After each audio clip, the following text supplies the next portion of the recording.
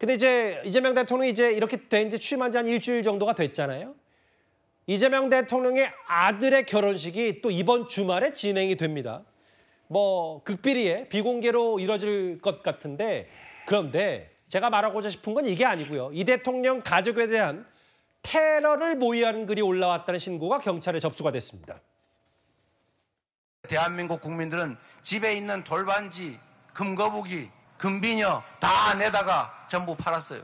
저도 그때 돌반지 잔뜩 있던 거 다 한 개도 안 남기고 파는 바람에 우리 아이들한테 지금 장가 간다는데 이게 돌반지 이거 네 거다 하나 줘야 되는데 하나도 못 주게 됐어요. 그러나 우리는 자랑스럽지 않습니까? 뭐 일단 이동학 의원님, 네. 이동학 의원께서도 이재명 대통령과 적지 않은 친분이 있으시잖아요. 네. 청첩장 직접 못 받으셨죠? 못 받았습니다. 그러니까 이제 민주당 사람들이나 혹은 뭐 여권 사람들과 전혀 아들 결혼 혹은 이런 거를 전혀 공유하지 않고 이제 비공개로 치르겠다는 거죠? 맞습니다. 보도를 통해 저도 알았고요. 예. 그런데 이 부분이 어찌됐건 대통령이 당선이 된 직후에 치러지는 거고 아마 날짜는 이미 오래전에 잡혀 있었을 겁니다. 그렇겠죠? 예, 그런 상태에서 비공개로 어쨌든 국민적 부담이나 이런 것들이 느껴지다 보니 당연히 비공개로 이 결정을 했을 것이고 예. 그걸 하는 것인데 어떻게 그 보도를 통해서 어쨌든 세워 나갔다 보니 SNS로 어떤 그런 이 적대감이라든가 이런 것들을 아직도 가지고 계신 분들이 계신 것 같습니다. 예. 근데 그런 글들을 만약에 올리게 되면 당연하죠. 이 대통령 요인이 가는 그런 결혼식장인데 거기에 만약에 테러를 하겠다라고 올리면 경찰로서는 수사를 안 할 방법이 없는 겁니다. 그러게요. 당연히 수사를 해야 되는 것이고요. 이것은 119에 장난 전화를 해도 사실은 이건 국가적인 엄청난 손실을 일으키기 때문에 예. 대단히 큰 문제인데 하물며 이 테러를 하겠다라고 얘기를 하는 것은 이것은 수사 대상일 뿐만 아니라 처벌도 받습니다. 그렇기 때문에 이것은 국민들께서도 어떤 적대감이라든가 이런 것들을 표현할 때도 너무 극단적 방식으로 이렇게 가게 되면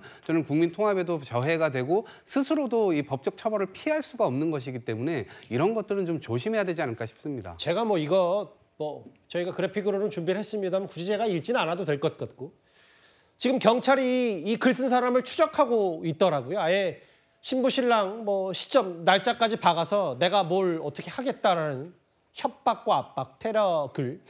근데 정영진 변호사님, 네네. 좀 더 기사를 저도 찾아보니까 이게 지금 경찰이 내사에 착수했다는 보도가 나오니까 아예 글 자체를 비공개로 돌려버리고요. 뭔가 본인이 지금 꼬리를 밟히지 않기 위해서인지 모르겠지만 아직 경찰이 추적 중이라고 하더라고요. 그런데 금방 이거 확인할 수 있을 겁니다. 그다음에 한 가지만 말씀드리면 대통령뿐만 아니라 대통령 가족도 대통령 경호법상 경호의 대상이 되는 거거든요. 그러니까 저 사람이 무슨 의도로 저런 글을 올렸는지 모르겠지만 진지하게 뭘 모의하겠다 이런 생각이 있을 수도 있지만 많은 사람들이 아예 그냥 뭐 장난으로 올린 거 아닐까? 저도 그렇게 생각이 드는데 예. 하지만 그렇게 장난으로 글을 올렸다라고 하더라도 이 부분은요. 조금 전에 이동학 위원님 말씀하신 것처럼 정보통신망법 등에 의해 가지고 아주 강하게 처벌받을 수도 있는 거거든요. 이게 좀 도를 지나치면은 거기에 따른 모든 그 책임은 본인이 당사자가 져야 된다. 이거는 다 알아야 될 것 같습니다. 예, 알겠습니다.